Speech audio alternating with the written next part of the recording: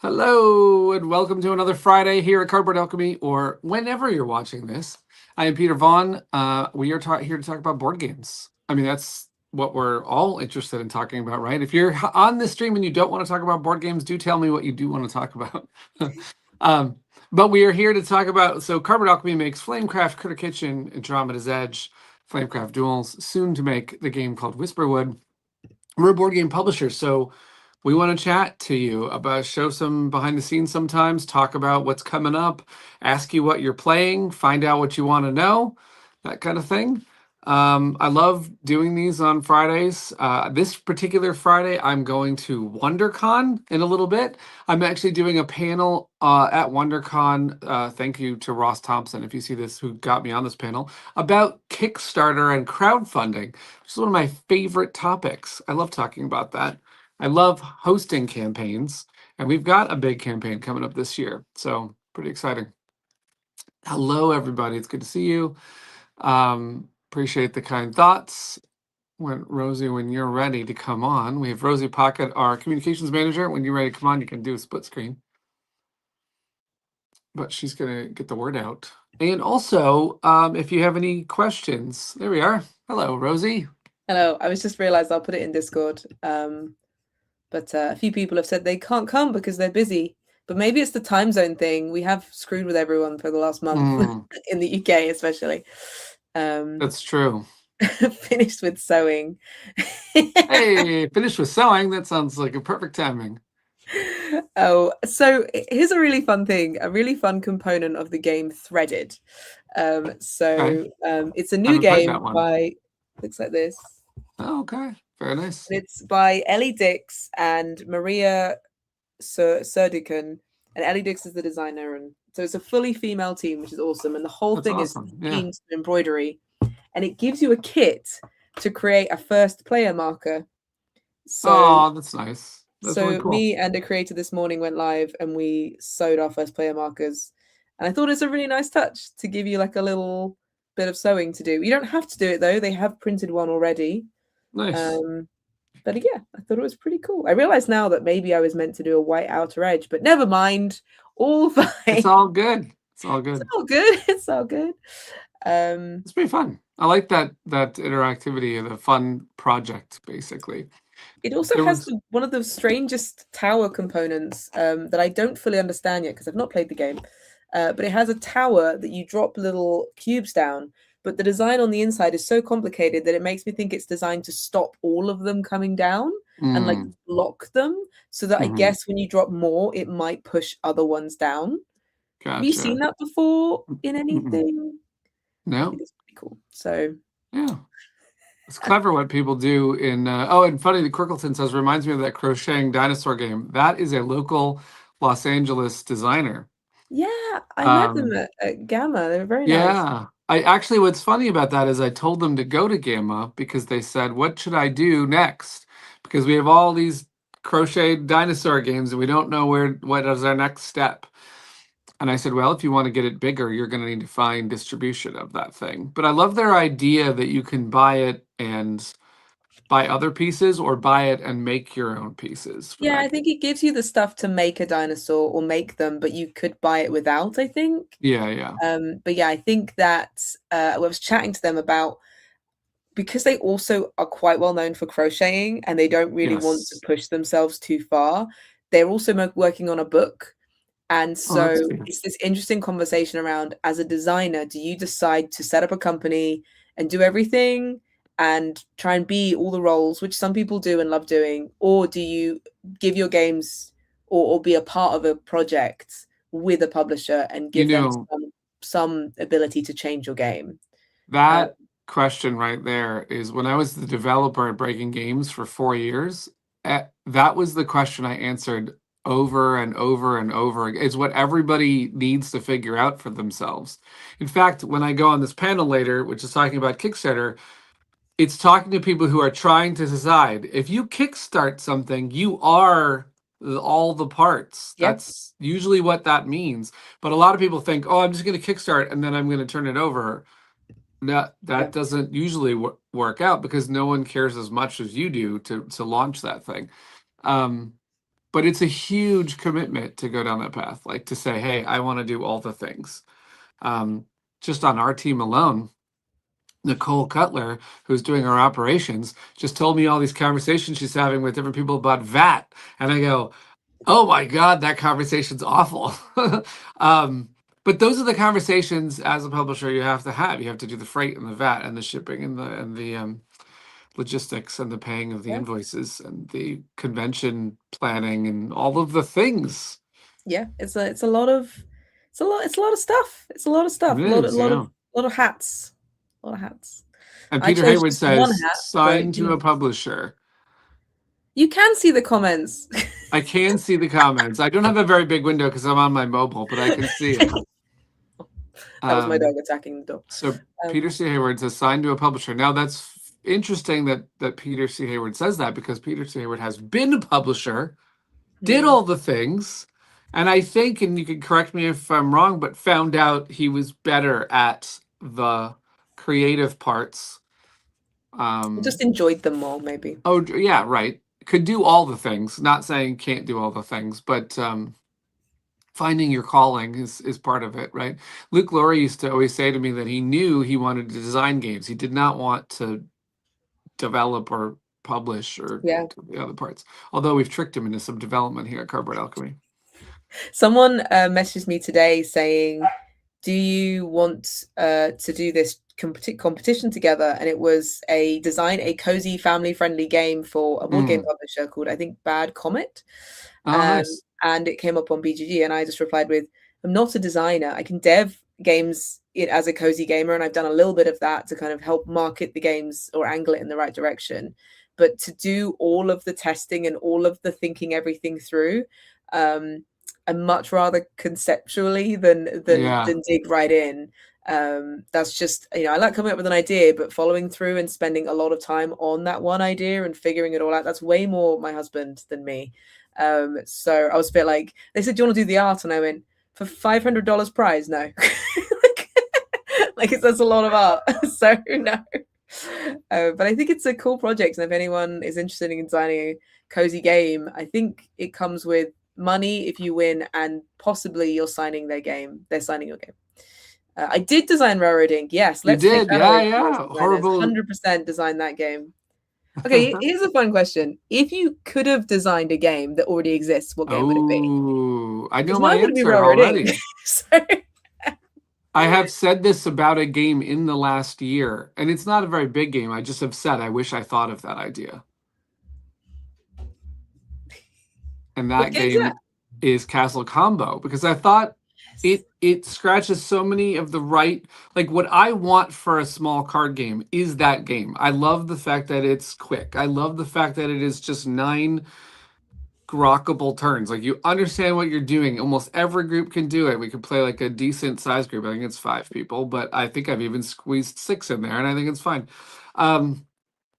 It's just so it takes the right amount of time for like, it's like, I want to make a clever card game. Of course, when Love Letter came out, I would have said Love Letter, because it's so clever to do 18 cards and to have it be that good of a game in 18 cards, less is more. But when I make a game, usually I would be like, there's all these thousands of cards. I can't boil it down like that.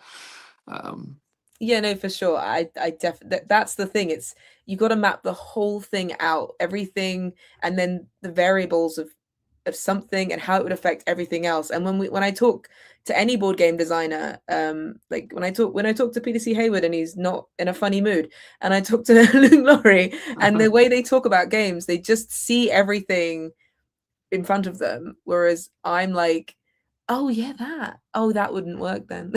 So well, I think it's interesting. An interesting thing about design is, because I have had many game designs, I have a lot of those ideas flow through me. What is in your head when you put it on paper? It could sound amazing. Oh, this could be like this, and this could be like this, and this is, oh, we got tile laying, and it's gonna have this. And when you put it on paper, you're like, oh no, that sucks. That is absolutely terrible. Because the physicality of moving a piece or seeing an engine building choice, like while it is in your head, it is anything's possible, and it will be the Yeah. coolest move, and it will take no time, and it will be just the right amount of thinking. And then when you put it on paper, you're like, oh, no, that's absolutely not. Um, That and you, I do love when you get like a designer buzz, because Doug and I were walking the dog and we had this great idea. We were like, what if it was called like sniff or like snatch or something? And the idea was you had to pause for the dog, or you had to pause for the dog to go to the toilet. But what if it was to actually like eat something or roll in something? So when do you pause? And one of you is the dog and one of you is the dog walker. And then we thought it all through on the walk. And then we yeah. got back and we wrote it down. And it was the most boring game ever. We're like, oh, this sucks. So I Usually think, that also happens with like simulations where you try and get too close to like, this is what it feels like to run a nuclear reactor. And then you're like, wait a minute, why are we no one doing all the wants that. steps? Especially when I've been designing a game, a co-design with someone's a superhero game where you're in an office and suddenly someone puts fish in the microwave or something happens and everybody in the office gets a superpower. And I'm having a lot of fun with it, but the actual moving from office to office is a boring turn. You don't want you don't want to boil it down to be like, ugh, I have to get from here to, you're just like, let me just Yeah, make it's this why you don't see anyone easier. go to the bathroom in a film. Like, no one wants that. Right. You can avoid certain scenes in the The film. humanness of it is removed for sure. Like Azul is about being a tile layer, but at no point do they go, now scrape the filler over the tiles and then wait for it to dry and then clean it all off because it's Once going to in a be while, a messy. game does feel like it's sort of getting into that. Like, for example, have you played Red Cathedral? I played White Castle. I've not So been Red Cathedral. for Red Cathedral, you are building a cathedral for the Tsar, and you have to build the foundation first, and then you have to build the next one, and then you have to put the windows in. It feels a little bit like they were like, listen, we're going to make this Yeah, step by step, and you have to go get the brick. And, yeah. It's like, it's abstracted still, but I mean, Stardew Valley is one of the most famous cozy board games, cozy video games and board games. But the video game asks you to do like, you're gonna make mayonnaise, okay? Start with eggs, and you're like, wait, what? what? But don't worry, it gives you a mayonnaise making machine. So you just put the eggs in, and out comes mayonnaise, and you're like, great. And then you Yeah, can you got make to your own take some of the everything else, steps and out. it's great. You got to take some of the steps out to make a really good game. Also, Brad and I used to write articles about this where you want the overall arc. You want you just have to think about everything, right? I mean, not quite writer's journey, but you do have to kind of think about like where are you ending up? What are the challenges you're running into in this game? You know, are you starting from scratch? Are you going to Yeah, start right in the middle? Um, just like anything creative, you do want to get that vibe. There was a book I yeah, used to read called a book of The Art of Lenses by Jesse Schell. And he has a different chapter, and each chapter describes how to make a game in a different way. And I loved chapter 8, which is experience-based game design, which you think of something you want to capture, which is when I'd made a food fight game. His example in that chapter was a snowball fight, which was very akin to what I was doing. So I kind of looked at what he was saying. He's like, how do you want that to feel? You want the mm, actions to be quick. You want them to be like sudden. You want it to, you want players to not make a quick decision yeah. and No, for it to be over, fast, and or you want it to be specifically potentially cards, not a board, right? I mean, maybe a board, depending. yeah, like it's emulating the feeling versus giving you all the steps. I totally get that. There's some cool comments here. Let me go through them. Yeah. Let's Um, hear. so where was it? It started. There was a whole conversation. But first, Peter C. Hayward says, "I met a local content creator, Shu, because he invited me onto his podcast to answer the question of which game would you wish you designed, and they brought two answers each, and they were the exact same games. So my Whoa. question is, what were those games, Peter? Yeah, right. There are I want some to other know. ones I wish I designed. There are some other, games that I've loved for a long time that I would say, oh, that would be neat if I had done that one. But I think I would most likely pick something that's cleverer than I feel like I've ever been in game design. Yeah, that's true. Like it's also a lot of the games people pick are ones that are kind of ingenious new concepts. You're like, oh, I never thought of that, and it's so simple and it's so fun. Like Yeah, Monica's is one of my favorite party games, but that's not original because it's basically charades and sure. a bunch of other games. But putting those together created one of the best party games, in my opinion, of all time. So yeah, someone said that is why Splat says that is why educational games often go wrong. Too many steps that don't satisfy. Yeah, I think that's true. And I think a lot of educational game makers, and they go to Toy Fair and they ask those questions, and they're like, I want to make this game about saving the seals. And it's like, you have to do this and this and this. And I go, no one wants to do all of those things, though. Make it, sure, we all love the seals and we want to do the thing that you want, but we don't need every step. Or like sometimes if they're trying to convey something very educational, the goal is to teach, and no one's playing a game specifically to get a Yeah, lesson. They're not. You gotta yeah, like. There's ways of doing it where you're like, oh, let's make this fun. There's actually a designer that's I've met in LA that signed a game about rock formations, and it's a very dry subject, but he turned it into the coolest deck builder, like one of the coolest deck builders I think I've ever seen. Very interesting the way he has the rock like evolving or getting formed by water, but with card yeah. play.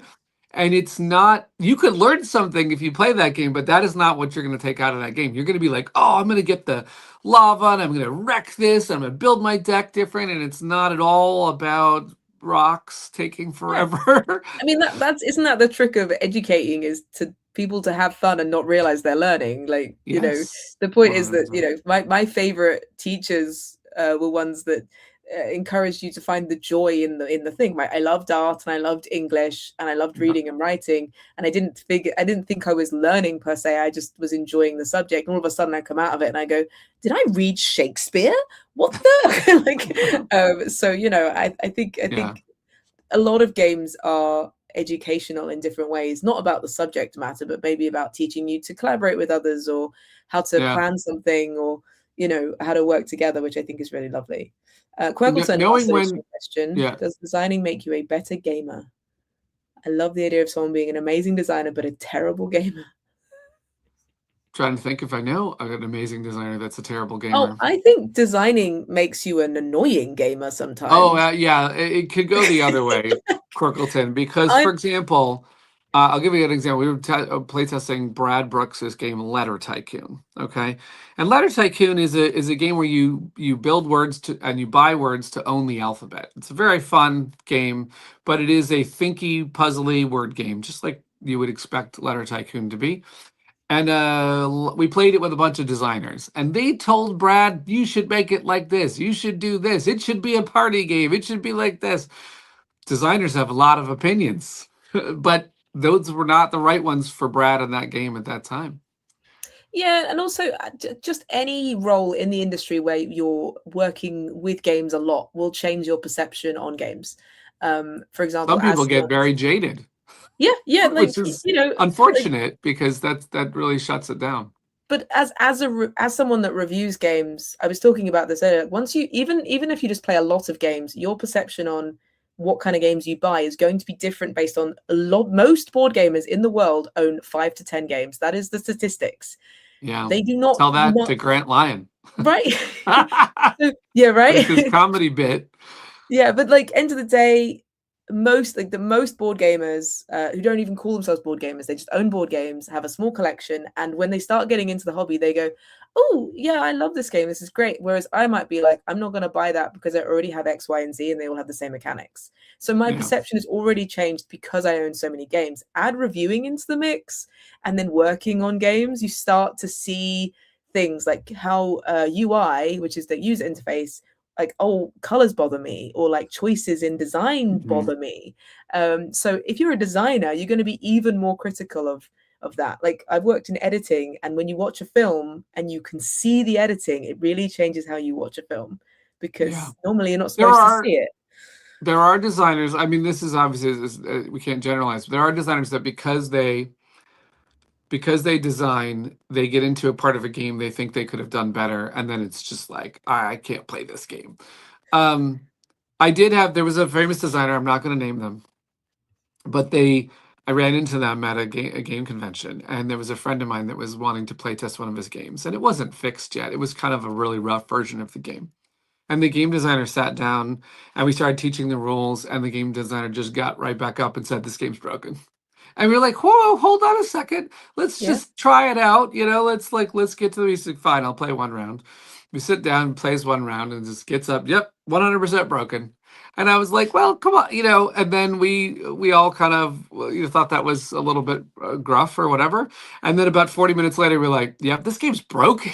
Like we were like, he just saw it faster, saw it a lot faster, and we We're were like, also playing games that are in prototype yeah, stages that's and also early not st fair, this right? was gonna happen, but, once you know that your perception is gonna be different, that's where I try and, like, make sure that I'm not viewing it from I'm viewing it from my audience. I'm viewing it from new gamers. Would they enjoy this because they've never played this other game? Yeah, Would they not see the issues with this game? Also, I mostly play two-player, and two-player is notoriously difficult to balance if the game is best at 3 plus. right, So often I'm absolutely. like, "Wait, is this game actually fine? I'm just playing it at the least common player count." So I Yeah. think it's very interesting. I think I your really point earlier enjoy too. people saying that we have 10 games. And then Splat says, "I have more than 10 in my to be culled list." So Yes, well, the bit that Grant Line does in his comedy special is that he goes out to an audience, like not a board game audience, like a regular comedy audience, and he says, "I have too many board games." He's like, "How many do you think I have?" And someone in the audience will shout like 10, and then it'll be like 10, and then someone will be like 20, and he's like, "Pff, come on, it's then he'll tell the audience that he has 600 or 700 Mm. games and see all of their collective shock. I stopped But counting after 400. I don't wanna know. I yeah. don't wanna know.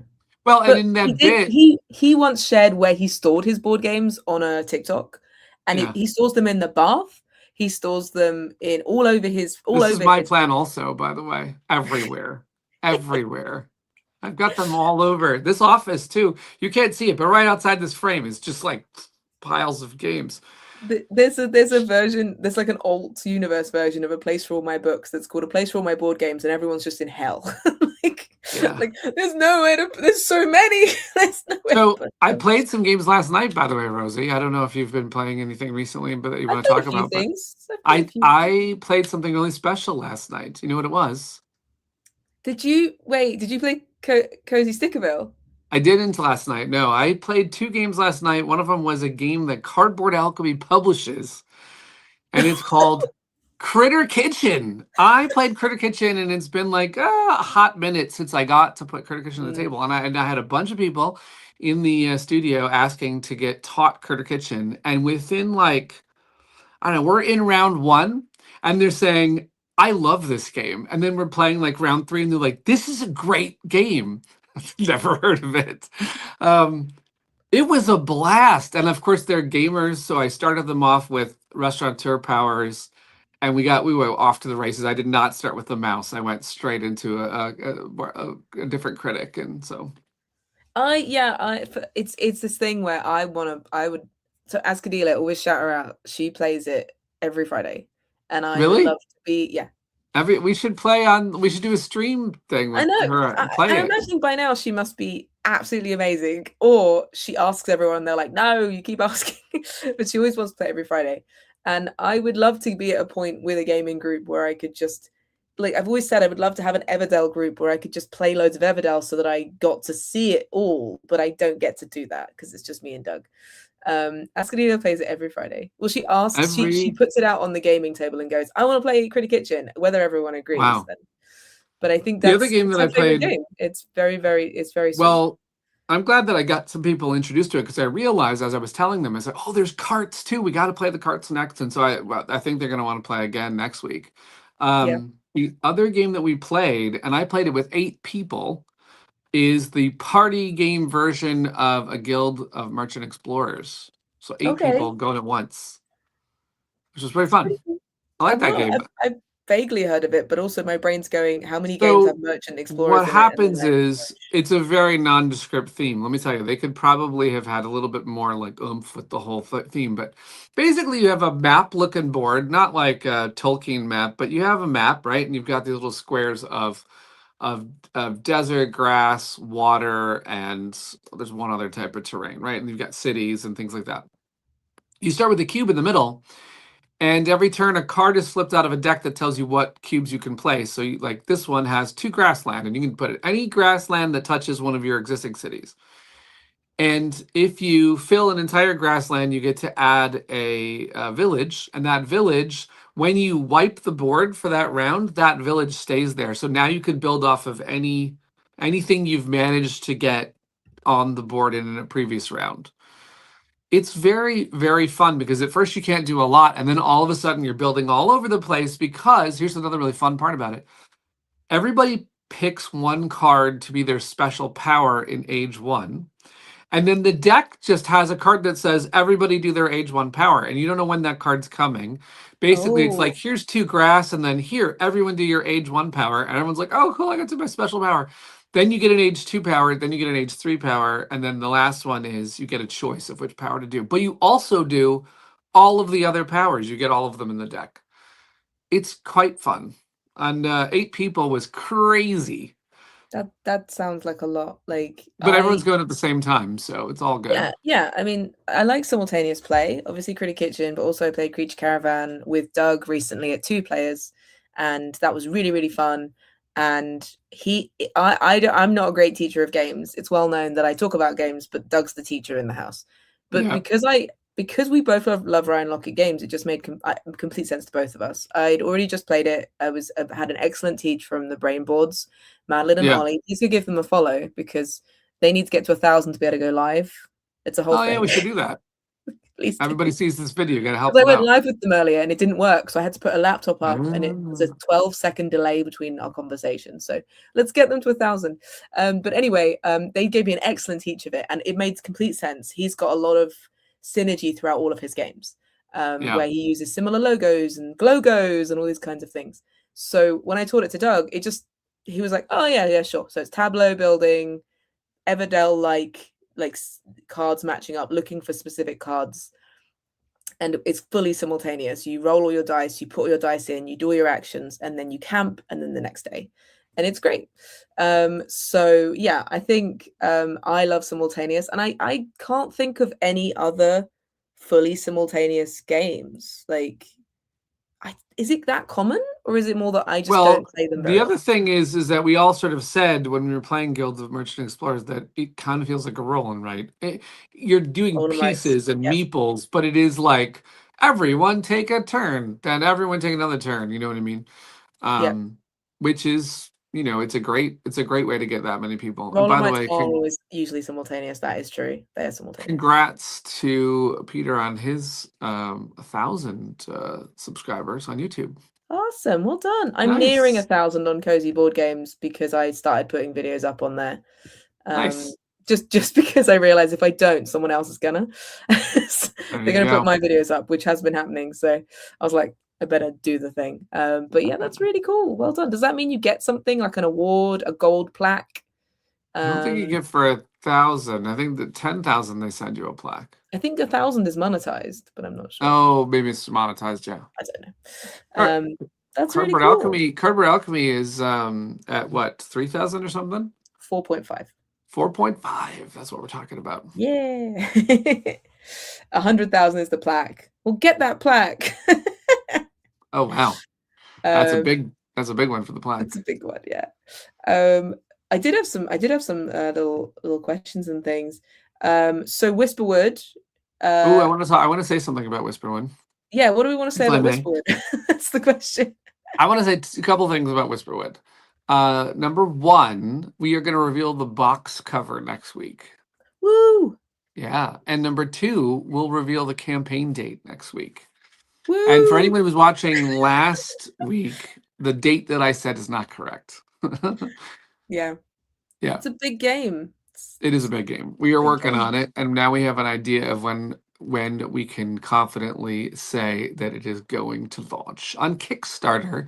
We have a following page. We have a page to follow it on Kickstarter already.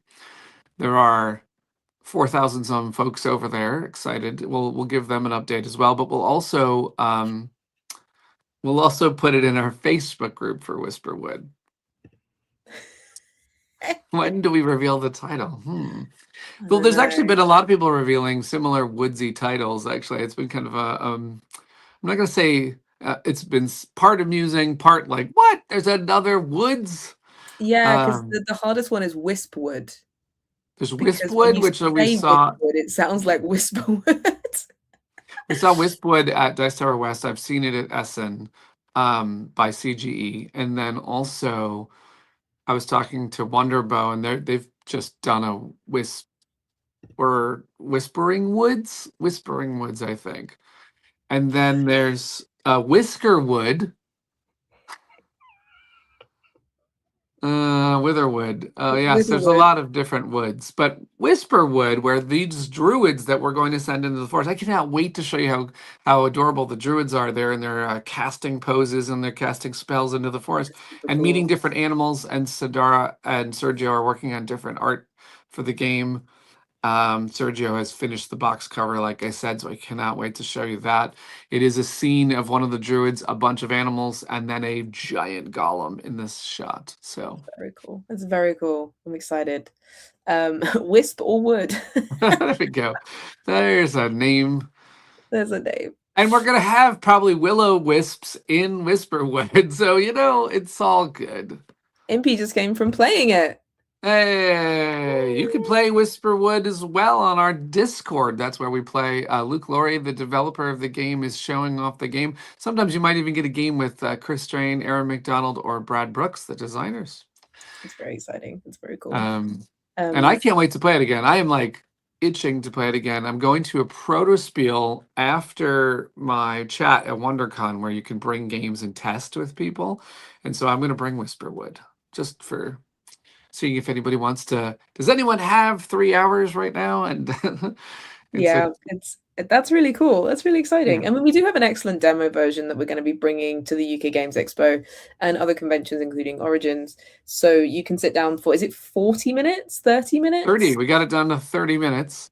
You sit down It's a for 30 big minutes, game. and instead of like getting a big teach, you just start playing and we take you through. You go into round one, start casting spells, and we show you a little bit about we get like a taste test of what it's like to be a druid in the middle of the corrupted woods, doing a couple of actions. And by the time you're done with that demo, you know how to play that game. And then we've been coordinating like longer games with anyone who wants to like that night, like try it out or something like that. So Yeah, absolutely. but you can play the whole thing as well on our Discord. So that we're doing that on Tabletop Simulator, where you can get a demo from Luke, and he'll show you the ropes just the same way as you get it physically, and then you could say, "Oh, I want to do this the whole game."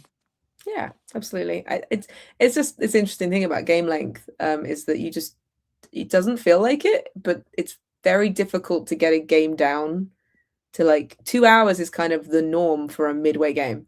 Like it Yeah. is like no matter if so someone was talking about, and I love this game, A Wild Venture, and it says like 45 minutes to 90 minutes on the box, and everyone says they cannot get it under 2 hours.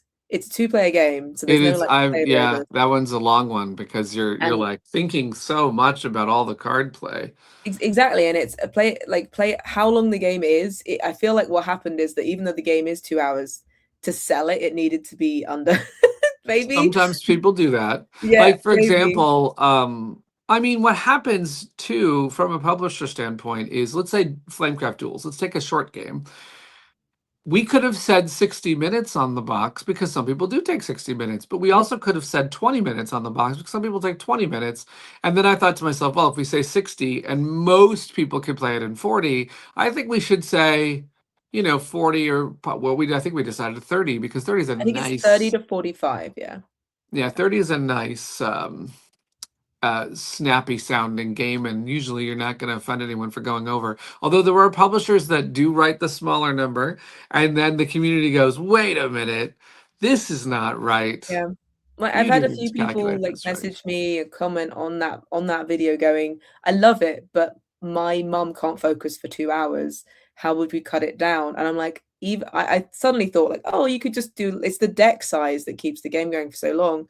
But then I was like, wait, someone would have to actually design a smaller deck. You can't just take cards out because it could affect a lot things. of times you'll think of something like that. For also, player count is one of the hardest things to design for because you have a really good game and then all of a sudden it doesn't play well at 2 or it doesn't play well at 5, and then And sometimes you think of a solution like, let's add more cards, and that just waters down the percentages of cards and does all sorts of things. Oh, Monopoly is 45 minutes. But it's not, is it? I don't think so. It's not. It's like I don't 2 think hours. I've ever. No, I can't possibly like play that game in 45 minutes. Although the digital versions of Monopoly I could go really fast. Yeah, that's true. I think you're Um, glitching a little bit. am Might be I? me, might be you. I am on my computer, you're on a phone, so I would assume it's I don't probably know. you. If I have to bow out of the chat, maybe I'll just do audio or something. Maybe it might. Yeah, I can still hear you though. Okay. But Well, if it. Monopoly does take hours. Cluedo takes hours. They all take hours. PDT Hayward says no glitches, so it might just Woohoo! be some of us. Excellent. I had some more notes and questions, but please get your questions in. Yeah. What do you want to know? Oh, talking of woodland games, Yes. I would This is like a to question know. I want to pose on the Yeah, Facebook as everyone well. answer as well. We'll put it on the group when we're really kicking off the group. What are your favorite woodland themed games, and why do you like woodland themed stuff? Like, what is it? It's funny. I found your content, Rosie, when you were covering Everdell so much. Um, All it was just Everdell. carrying the giant box and falling over. But yeah, Everdell is a charming woodland game, though. Like it. What I loved about it, not just Bosley's art, but this idea that I'm finding the post office and the animal that works at the post office. It really, it took animals. I'm finding the husband and wife team animals that work together. You have cute yeah, meeples, and it captures all the woodland vibe, but you also have these locations and stuff like that. To me, I love that one. yeah. I haven't played it in Got, a while though. I have to get it back to the table. I like. So we've got people saying Evergreen and Forest Shuffle. Or Uh, Shuffle is a very fun game. I've been playing that one online with Joanne. Roots. That's a crunchy one. Yeah. Root is all about Kyle Farron's art. So basically, I will pick a game based on. I mean, there's that, right? Yeah, that's An true. artist's rendition of critters is a key factor for me. I think it's a lot of big pop culture things have woods in them. You've got like Lord of the Rings is basically them walking through woods for about 3 movies. It is, right? That's that. So someone said the quote of this show is "Seals, we love seals." But maybe me getting absolutely destroyed for saying Lord of the Rings is a walking movie about the forest. But there's a lot of like Redwall and all those kinds of Oh like yeah, all those kind of absolutely. like foresty animal vibes. People just love that. Why I'm is less it? into ones where it's just about the ecology of trees. I'm just less interested in trees as a whole. But I do enjoy the creatures in trees.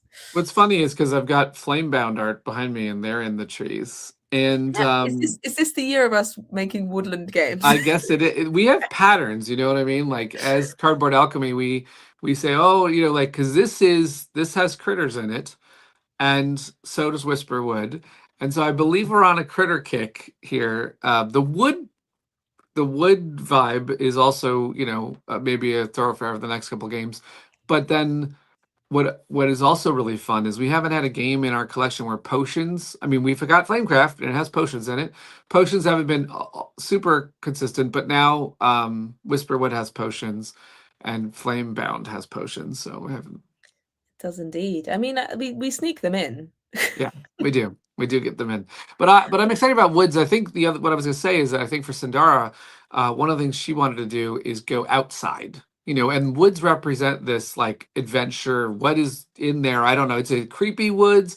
Is it breathtaking woods? What am I going to find in there? Is it a hermit house that's all the way in there? Is it a waterfall I'm going to find all the way in there? Woods can hide a lot of things. Woods could be, anything you can imagine before you go into it. So, That's true. Yeah, there's a magical ooh. element to woods. Photosynthesis is a really great choice for game. That was a really different game It's very interesting. because Big box. Very you interesting. have to, if I remember correctly, you pretend the light is coming from each angle when you Yeah, play. so you're planting trees and the light is moving around just like the sun does, and depending on where it hits, those trees will grow. and you're trying to get the more points from where they are. In the middle, I think, is the most points, but you're going to get the least sun, and it gets busier and busier. So it's a lovely game. It's also the game that I thought I could teach in 5 minutes as I was leaving a board game cafe, and I cannot. Yeah. I was like, oh, I'm so sorry, I cannot teach this game in 5 minutes. I don't know it well enough. Someone mentioned Earth too, and I think Earth is a interesting one because it's sort of abstracted because you're building a grid, but at the same time, I get a lot of the outdoor plant. I mean, I get all the vibes.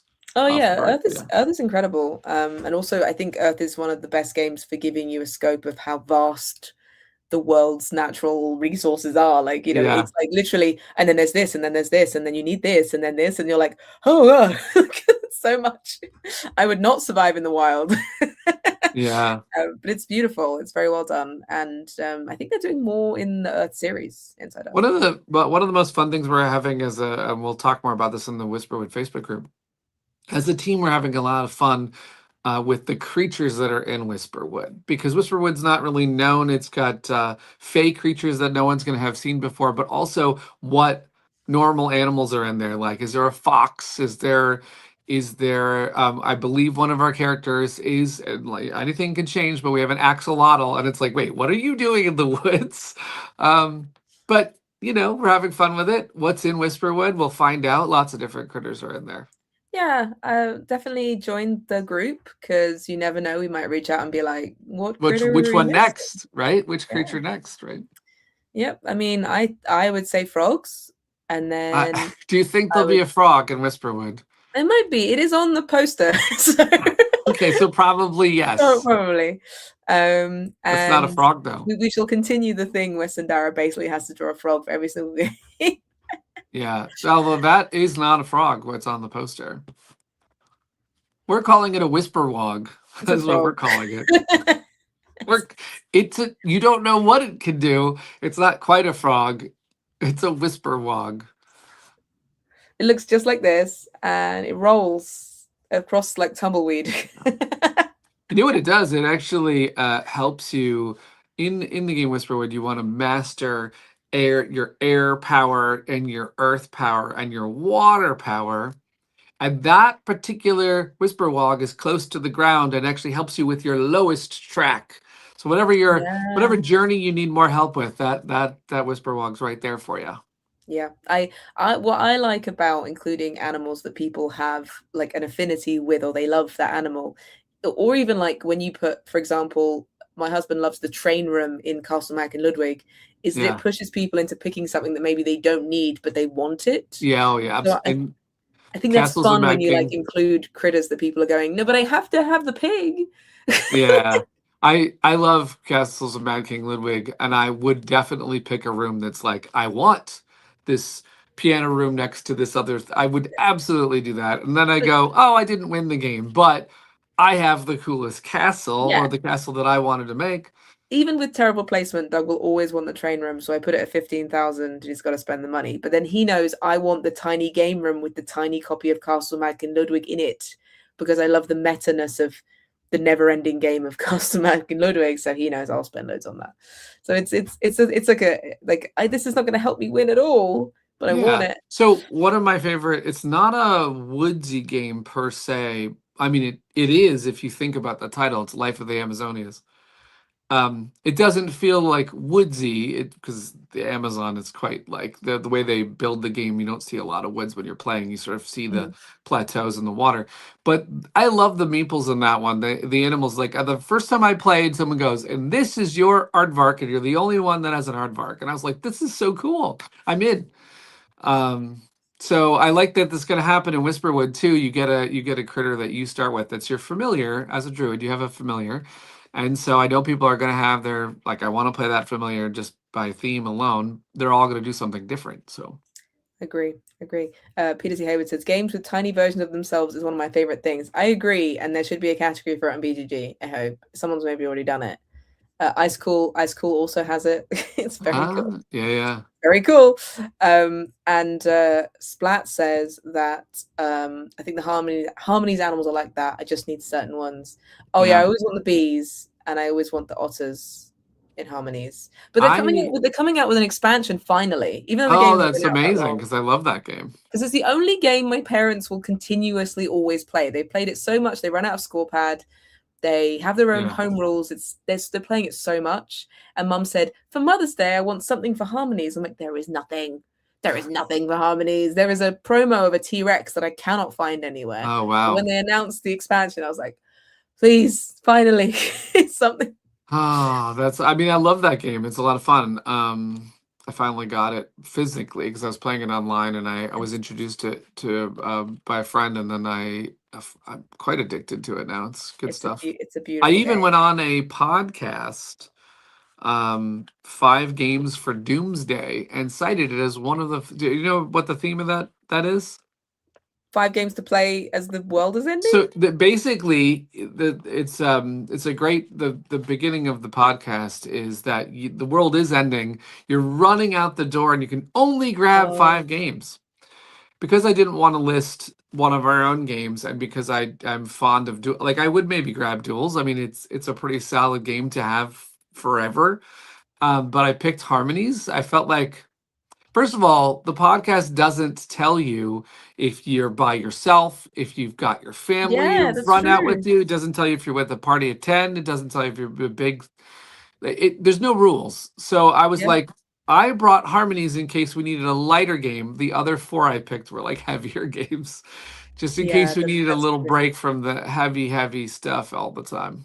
I just assumed you have like a day to play it and the world's blown up. So no, it's a really clever podcast where first you have to describe the 5 games. You get, with chat and stuff like that. And then at the very end, the car hits a bump and 4 of the games go out, and you have to narrow down to one game that you're going to have in a cabin in the woods forever, and that you have to play over and over and over and over and over again.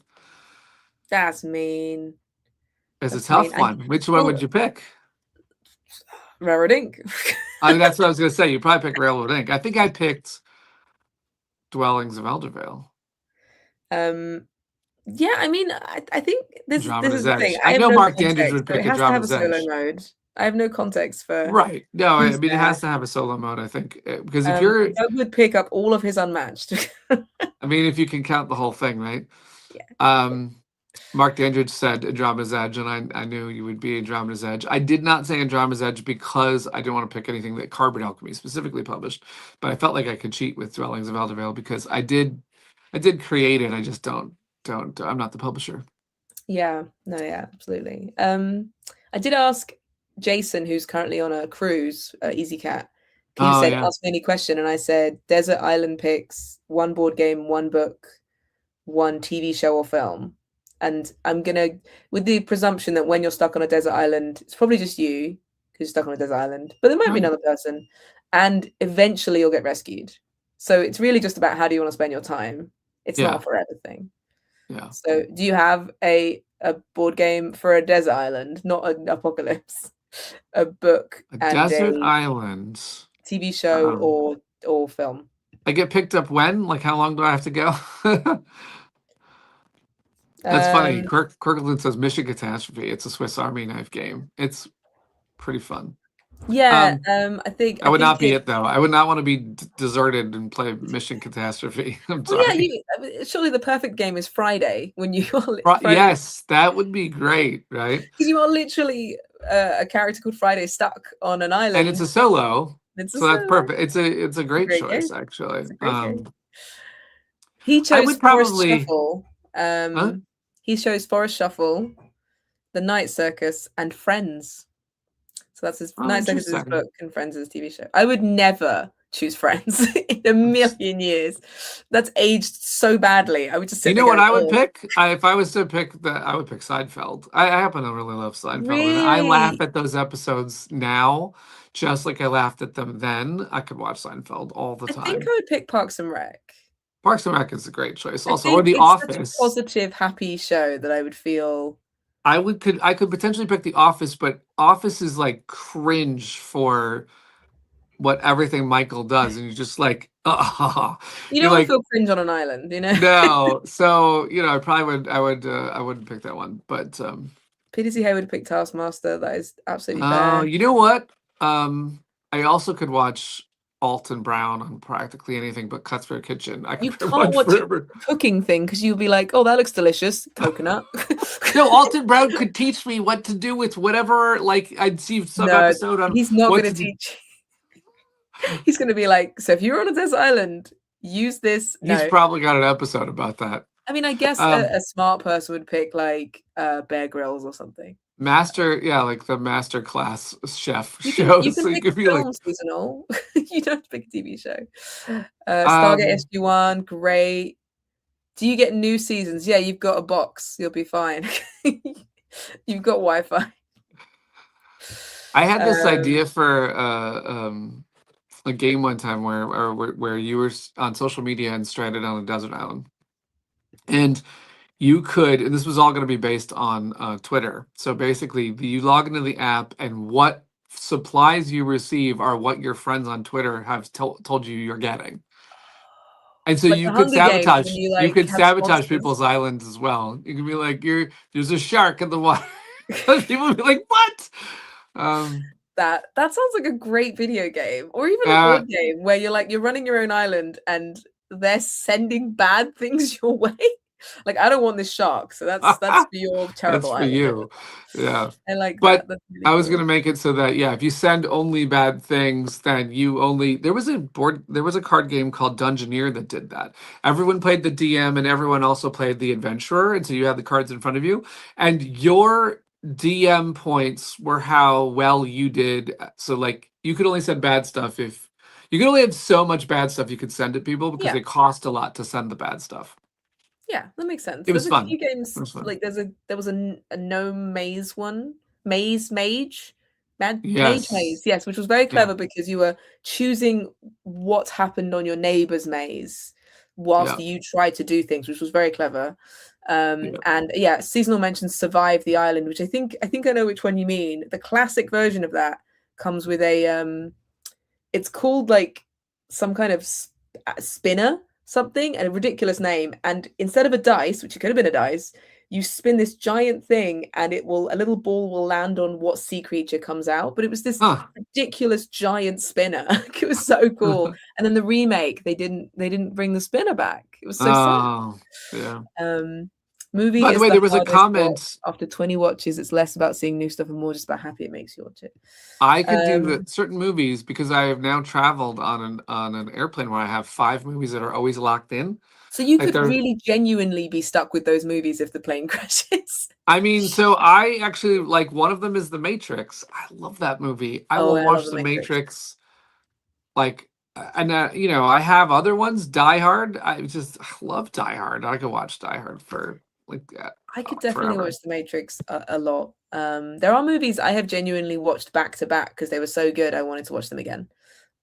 So I just, some people they don't like repeat watching, so I totally get the frustration. But for me, I would be like, can I grab the Lord of the Rings box set, because that's a good 12 hours. Yeah, I would put Lord of the Rings, except I think because it's so long and because I would be hard to maybe watch it back to back. I every once in a while I do bring it out and I'm like, oh, let's go.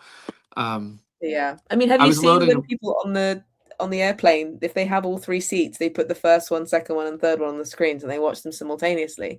And I'm like, that's genius. And then I sit on a plane and realize that you can't see the people's next to you because of the glare thing they do. So it's all rubbish. It doesn't work. But yeah. By the way, I was asked which Die Hard, and I'm saying number 1 is the best one. I actually think that number 4 gives number 2 a run for its money. But it's usually like watch 1, 2, skip 3, and then enjoy 4, and then get out. There is no reason to watch 5. Absolutely not. Yeah, that's fair. MP says the Matrix sequels are good. So that's because I actually didn't realize there were sequels. Oh, there are. Oh, yeah. So when it came out, of course, everyone wanted to see more, and then they did this trilogy.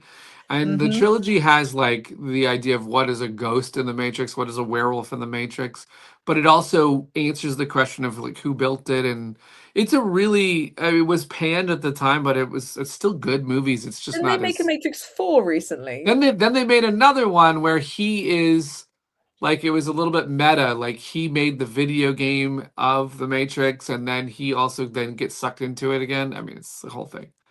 That's pretty cool. Um, Anyway, there was a question earlier that I wanted to make sure I asked from Impy, which was about Mission Catastrophe. Hmm. Now, I have to throw this out there in case, there's people who are fans of the game or have heard of it or whatever. What would you think about a board game company that re-released one of its old, like it's a like we were thinking about that game was before we really had people who knew who Cardboard Alchemy was, and we were actually thinking about potentially looking again at that game to come back out. I don't know. What if there's maybe do some polls, find out if there's interest in the game, and Yeah. maybe put out a good trailer to show people like what it's like to play.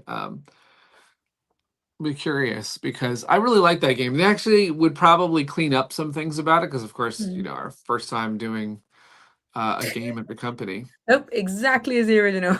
I don't think we would do it exactly the same. We would take the best parts. How about that? Yeah, that makes sense. That makes sense. Yeah. It's very funny. It's a lot of fun. Yeah. But yes, MP, I've always said you can borrow my copy.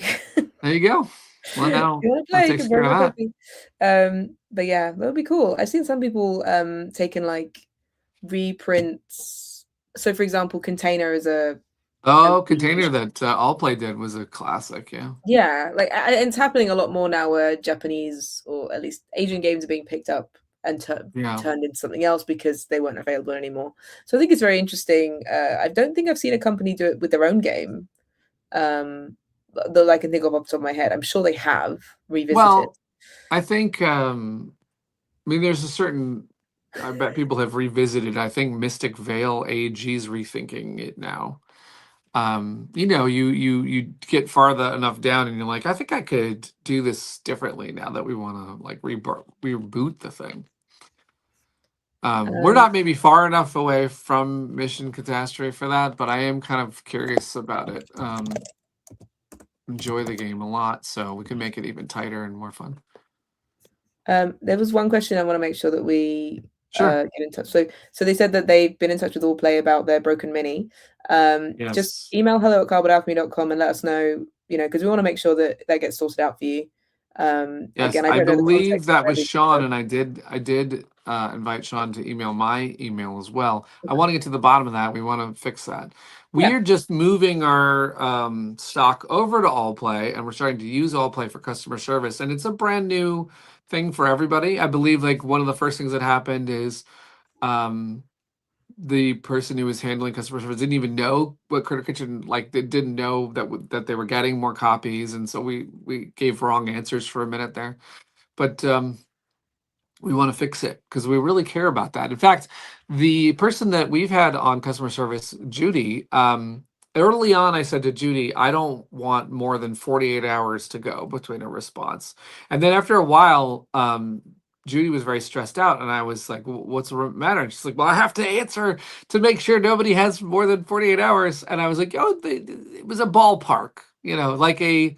I do like when companies get back to people who write in. So Yeah, no, absolutely. Judy's actually very efficient, and yeah, if anyone ever goes, I haven't had a reply from Cardboard Alchemy, usually it's because she hasn't received the email yeah. because Like she's once very good. someone says that, I know that it didn't actually make it, or Yeah, something it's happened. it's Something it's weird usually had like happened. for Yeah, some reason it glitches or it's spelt wrong or anything. It's yeah. always worth just trying again or double checking or messaging us if it doesn't get through, which most people do.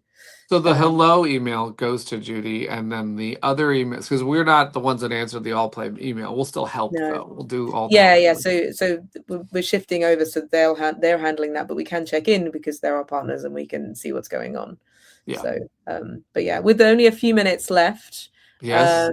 So I got to drive to WonderCon. Pardon? I have to go to Good to WonderCon to go. talk about So very Kickstarter. quickly, if you are going to the UK Games Expo and you want to be a demoer, then we are currently looking for people to come and work on our booth. You'll get £20 an hour. You will get T-shirts. You will get a badge for the show, and you will also get games if you want any of our games. So, Also, pardon? if you're not in the UK and you want to come to say, like might be looking for some folks at Gen Con or PAX, or so it's always worth. I believe we have an email just for folks that want to do events. I don't Yes. remember. Yeah, we do have You mean one. events? The events email? No. Oh yeah, is it the events email? Is that what we do? Events at cardboardalchemy.com? Yeah, it's just events at cardboardalchemy.com. But you Nice. can always just message me on the Cardboard Alchemy Instagram if you want like specifically where to reach, and I can put you in the right place. I But know Seasonal just said Origins, and now Origins, we might have enough because we're doing a very small thing at Origins, which is that we're showing Whisperwood in the all play booth at Origins, and Brad Brooks is going to be there. Chris Strain, two of the designers of Whisperwood. So I think they got it, but I really appreciate that anyway. do we cover the trip expenses? We are not able to cover trip and accommodation because it's about 22 demoers. But we do pay the best rate, I think, out of anyone there. Well, we pay in games and we pay in money, t-shirts, and badges. We pay as many things as we can. I wish we could get, you know what, the logistics of actually just getting hotel rooms is difficult, even for our own team. Yeah, no, yeah. I always book mine, and I have to go to a very specific hotel because I have food requirements, so I actually need a fridge. And so I was booking mine because I know that it goes quickly. And Peter's like, add the team. So it was very much like oh gosh. But you know what happens with Gen Con is they open this hotel block that it sells out instantly. Like the whole city sells out instantly, and then you're like, okay, I'm weighing between this far away, and you know, it's tough. Yeah, absolutely. But no, obviously, like we want to make sure that everyone has a really good experience working on our booth, and it's going to be. We're doing a lot of really fun planning for UK Games Expo. There's going to be like a community activity that's really just for fun. Like we're not trying to do anything. We just is a really fun thing. I had a fun time planning the booth. Where we're planning the booth right now with our team, and everyone's like, "Do we need to add this part?" And I was like, "It's fun, so yes, we're doing that part." I don't have any other reason than it's fun and I want to try it. Yeah, I think people don't need to go to any other booth because our whole booth is a 9-part convention in itself. It's true. We are going to bring, I believe, I mean, things can change, but I believe we're going to have the video game, the digital game for Flamecraft in the booth as well. So that'll be fun. It's very exciting. If you want to know where I am in the booth, it'll be sat there. But yes, very excited. If anyone wants to bring their Switch too, so I can play Pokopia, that's totally fine. We could do that. Yeah, I want to have beanbag chairs there at the booth. I really know, do. it'd be really fun. And I actually wish I had enough time to make custom ones. I'll just have to buy some really good ones that are awesome. But eventually, Flamecraft dragon beanbag chairs. I don't know if maybe the Sinar won't want you to lay on the dragon. Look like the bag, but like the red bag, but with the little like bit at the top to make it look like a sack, but it's actually a beanbag. So it's just got the dragon made logo on it. That would be so yeah, that'd be cute. But yeah. Be so cute. But if we didn't get to your question, we do have lots of ways you can ask a question. You can ask on the YouTube videos like this one. You can ask in our Facebook groups because we have a Facebook group for Flamecraft. It has almost 10,000 members in it. Maybe we'll have to do something crazy and special when it gets to 10,000 members. We have a Critter Kitchen Facebook group, and an Andromeda's Edge Facebook group, and a Whisperwood one. And next week we're going to be sharing a lot of really great stuff in the Whisperwood Flamecraft Facebook group. There was a very quick question on the All Play store. Yes. We are literally in the process of working on it right now. We're close. It's got a lot of steps to it, and it's taking a bit longer than we planned. But we are very much on it, and as soon as it's open, there will be a social post. And I will say this though, this is a warning I want to give. I mean, this is for folks that our inventory is in all these different places. What that means is that the store might open and the Oracle pin might only be in the United States, or it might open and the coins might only be in Germany and Australia. There's going to be limited resources, and so we'll open the store and things may or may not appear depending on where you are. But as we make new products, we will be shipping to all the hubs, which is going to be exciting because that means we will have more to come in all the different places. I say we will be shipping to all places, but for example, I feel very bad. Like there's one case of like plush that's not going to be in Canada, and I'm like, no. But it's one of those things where we're trying to do the logistics of sea freight and move things all over the place. But when we open the store, which is going to be soon, it will stay open, and then we'll continually add to it and have fun. Yeah, absolutely. It's going to be open rather than like opening and closing. Yes, we're moving things over. Yeah. Everyone is talking about what Ooh. they want. They need a toaster. What toaster? I mean, I need a toaster. Is there a toaster that toasts things just like Flamecraft images in Yeah. it? We made it like last year around April, but it didn't sell. Oh. It's a real shame. How about a Flamecraft calendar? wallpaper, that would be amazing. My kitchen is very Critter Kitchen-y, so I feel like we need another room that's very Flamecrafty. But keep your ideas coming. What room in your house should be decorated like Andromeda's Edge? And what room in your house should be decorated like Flamecraft? Yep, totally the bathroom. What room should be Whisperwood? I think it's very much. Well, I did ask a bunch of questions. I feel bad. I completely skipped them because we were chatting. But sorry. Please comment at the end of this and on this video which Andromeda's Edge faction you would want to spend the weekend with, like hang out with, play games with, and what Flamecraft shop would you like to see be a reality and you'd like to visit. That was what I asked people. I got some great responses. You can comment on the posts on those pages. Yeah, yep, and let us know. Mark said the Crawl, and I am not going anywhere near the Crawl in my house. No, absolutely not, Mark. They're fun to play, but no, we do not want the Crawl in here. So absolutely not. No interest in them crawling around. But I said this to this. What's funny? People ask this question online. They go, "What board game world would you like to live in?" And Flamecraft does get answered on those polls. Oh, it does get answered. I was telling Sadara the other day that I also really want to live in Flamecraft. I want to go to the cafe. I want to be a witch. I want to be in the world of Flamecraft 100%. So yeah, now we just have to find the most similar town in the world. Yes. And I think it might be Bruges. Like Bruges and winter. So we're gonna open a Flamecraft. We're gonna open a Flamecraft shop in Bruges. Yeah, I'm in. I think we should. Let's do it. Yeah, they've got cobbled streets and everyone's making lace and although apparently Flamecraft has no seasons, but yeah, at least that would be the winter. Not yet. It doesn't have seasons yet. Not yet. Where do you see? There's some very idyllic places. I've lived in the safest town in London, and that could have been a little bit Flamecrafty. So, but I'm sure probably Disneyland, right? Yeah. There's another. It's funny. Out of all the Cardboard Alchemy games, you would not want to live in Mission Catastrophe because the ship is going to blow up. You would want to live in Flamecraft. Yes. I don't think you'd want to be in Andromeda's Edge because you're getting shot at.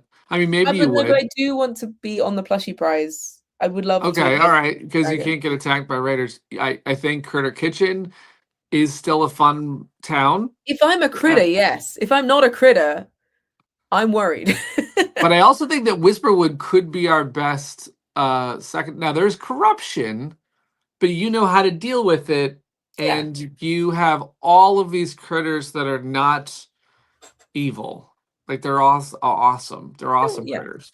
So I don't think there are any evil critters in Whisperwood. There are no evil critters. No. In fact, what we're really trying to do in that game is make it so that the golems, which is these ancient creatures that we don't know where they came from, they will be big and they will be epic, but they will not be scared. They shouldn't be like, oh, that thing's going to kill me. They should instead be, what a magical being that I'm going to try and understand. Yeah, you can use the corruption for good, unless like when you played it with me on your last turn, you drew like 7 corruption. All the corruption, I know. You were like, oh no, this is bad. Yeah. Your whole board was full of corruption, and you had to clean it all away. That's right. Well, it's been a pleasure, Rosie, chatting. Enjoy WonderCon. Thank you. Have a great time. My favorite thing about that con is it's like really kind of focused on comic book and anime and little indie sellers that sell like cute, like all sorts of fun things. So WonderCon's great, and I'm gonna go speak there, and then I'm gonna go shopping. If you see any blind boxes or Smiskies, let me know. Okay, all right, I got you. We are we like looking at blind boxes. That's some cool stuff. We do. And then Kim Joy. Also check out Kim Joy's stuff, everyone. She now has her own blind boxes and her own like mini plushie keychains. So she's I mean, it makes sense, doesn't it? So yeah, it does. But yeah, thanks everyone. Thank you very much. You can reach out, and we will see you next week. Yeah, see you next week. All right. Thanks everybody. Cheers.